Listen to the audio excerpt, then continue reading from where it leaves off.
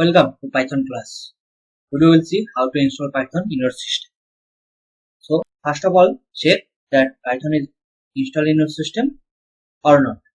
For this, go to command prompt and Python space dash capital V and hit enter. Here you can see Python is not recognized. That means Python is not installed in my system. So now let's see how to install it. First check your operating system. Is it 64-bit or 32-bit? So for this, go to control panel, click on system and security and go for system. Here you can see mine is 64-bit. You can check here system type. Open any browser and search Python. Go to that link www.python.org.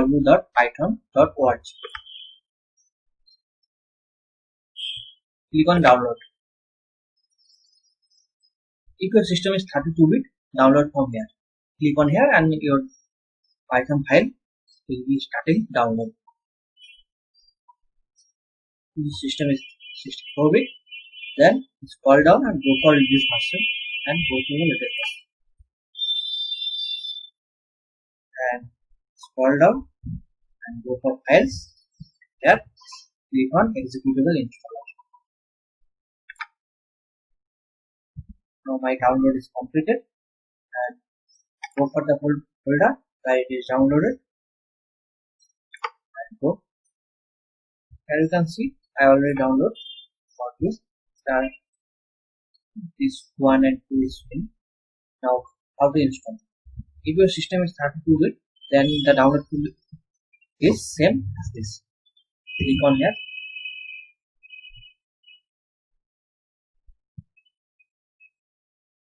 Click on done and add to path. Check this box and install now. The system will start installing. Now let's complete. Close and check what is.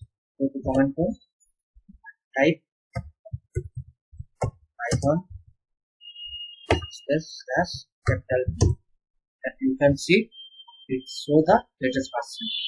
Now if you want to write a program, type Python. Here Python interface is open. Now you can write a program. So first program, int